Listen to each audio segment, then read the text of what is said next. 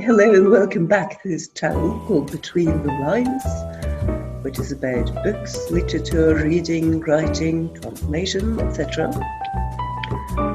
And in this particular episode, we talk about ECT or electroshocks, with emphasis on what Winnicott has had to offer on the issue. And it's occasioned by my reading of the book by Swedish author Linda Bostrøm Knausgård, which I read last summer in Norwegian. And I believe the English edition is forthcoming, it's not out yet. The title is October Child is the title. And in that particular book, she describes her experiences with ECT or electroshock treatments, apparently very extensive. And it takes place in Sweden today, and it's largely autobiographical. So I found that rather shocking reading, and I felt that it puts this issue on the agenda, and I wonder why it's not being talked about as a serious ethical issue, really. And I know of some previous literary accounts. There was Janet Frame in An Angel at My Table, also largely autobiographical, that takes place in New Zealand in the post-war years, 1940s, 1950s. And then there's also Sylvia Plath, The Bell Jar, which happened in the US in the 50s, I believe. But this particular book by Linda Bostrøm Knausgård, it brings it, obviously it's up to date, it's closer both geographically and in time, it's contemporary.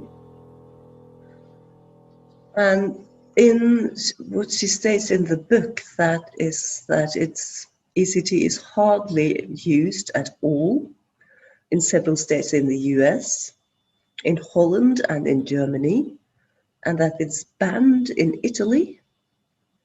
And furthermore, she says that Sweden has the most treatments per capita in the world.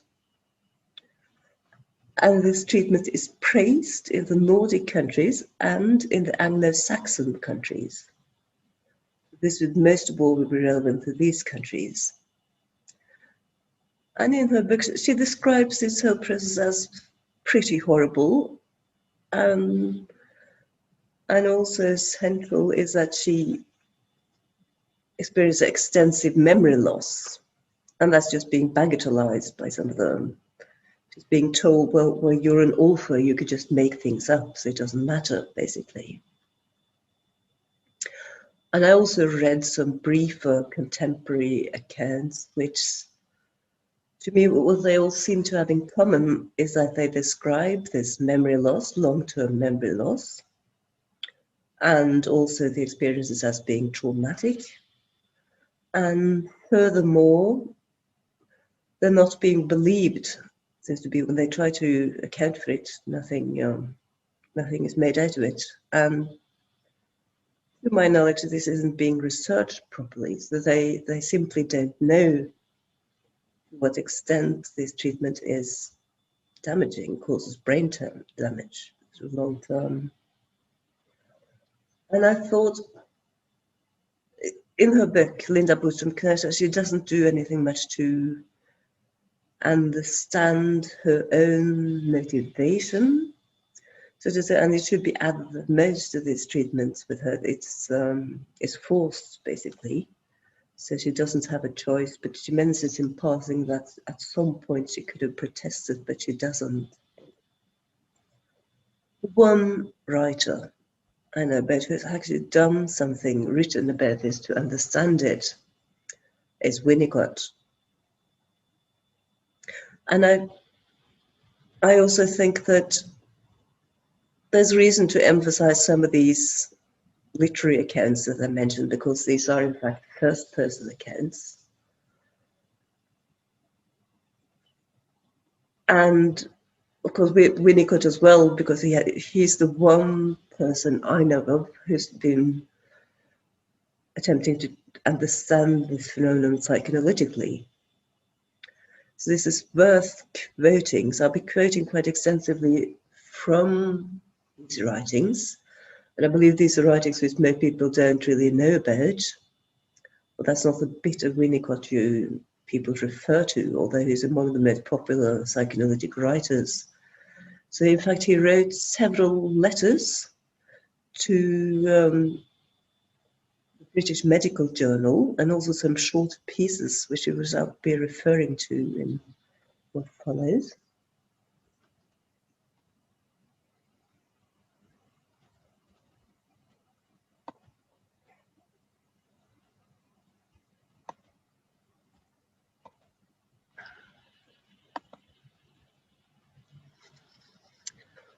So he writes, it should be possible to make a statement of what each type of patient's need tends to expect from the world. Shock therapy could be thought of in relation to these expectations. For instance, some hysterics expect people to express ambivalence towards them. Perhaps they're not surprised when doctors who are caring for them give them shocks which are painful and unpleasant. Other hysterics expect a sexual assault, and perhaps these would tend to think of the shock treatment in this light. Masochists would certainly be liable to turn the treatment to their own accord in their own special way.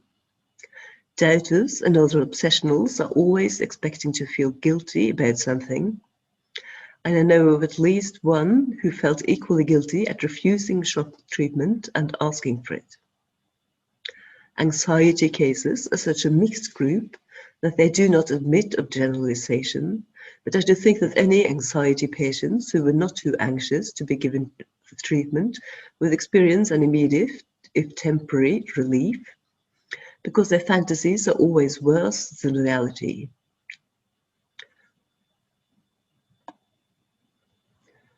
Depressed people feel they ought to destroy something in themselves, and they can be relied on to use any dangerous thing that comes along as a self-punishing or a suicidal act.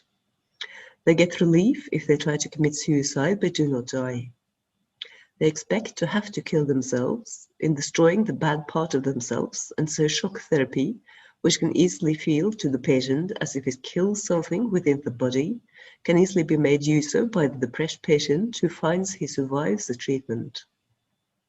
People whose personalities are built on the contra-depressive basis, hypomaniac personalities with the central core of depression that's not acknowledged, might be said to expect to be able to ward off everything, and I guess they can defend themselves from being fundamentally altered one way or the other. Introverted personalities tend to expect nothing from the external world, at least nothing of importance.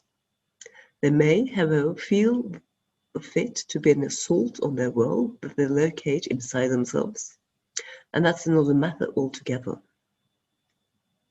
Paranoid personalities are always expecting to be attacked, and for them, all treatments tend to feel like a return of their projected hate. Shock treatment would easily become a dramatization of the delusion, and there have been cases reported of patients who first of all welcomed the treatment and later blamed the doctor for having tortured them.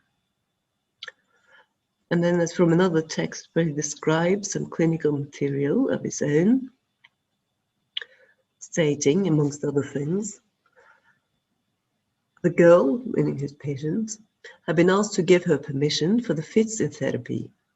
In analysis with Winnicott, it became clear that the giving of permission was an expression of the patient's suicidal wishes. She understood the treatment as something that was to make her forget. It appears that one of the doctors actually explained the process in these words, but in any case, she would have felt this to be true. For her, the treatment aimed at destroying parts of her brain, and for this reason, she gave permission. And he continues, treatment by fits cannot but mean a very great deal indeed to a patient, and also to a normal person, if it were proposed to give such treatment to a normal person for prophylactic reasons. The fact that healthier persons would not consent to undergo this treatment is not a way of saying that normal people are the opposite of suicidal. That is, they want to preserve the thing inside them, which they value. And then in a letter to the British Medical Journal, he argues as follows. Actually, I do not see how permission is ever obtained for the treatment to be done, as there's good evidence that when an adult gives permission for it to be done on himself, he does it out of an impulse which is akin to a suicidal one. What makes a man feel like hurting himself, make him feel like allowing and even asking for shock treatment. The ethics of collaboration with this suicidal impulse is doubtful. It must be remembered that the treatment is certainly not being given only to hopeless cases. It's being tried in all types of psychological illness. Personally, I'd never give permission for this therapy simply because I see no way of proving that it's harmless. But I think the profession as a whole could reasonably oppose the treatment on the grounds that it offers a bypass to true understanding of human nature, just at a time when we're becoming able to tremendously to enrich our medical practice through the assimilation of recent researches in psychology.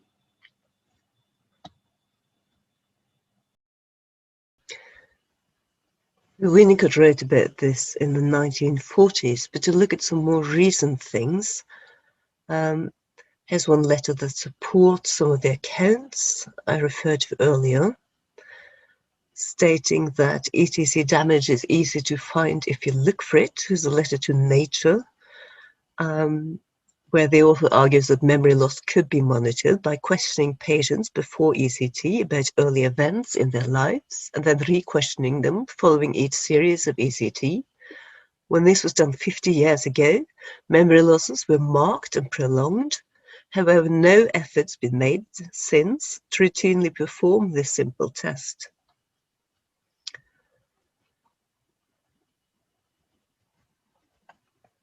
And another recent article for 2017 argues that despite many scientific and governmental authorities having concluded that ECT does not cause brain damage, there's significant evidence that ECT has indeed caused brain damage in some patients, both historically and recently, and evidence that it always causes some form or degree of brain damage. That was by Christopher James Dewby in the Journal of Ethical Human Psychology and Psychiatry. And another article in the same journal for 2019 argues that there's no evidence that ECT is effective for its target demographic, and that given the high risk of permanent memory loss and the small mortality risk, this long-standing failure to determine whether or not ECT works means that its use should be immediately suspended. So I wanted to emphasize this because I think it seems to be a serious moral issue here that isn't being addressed, and it ought to be.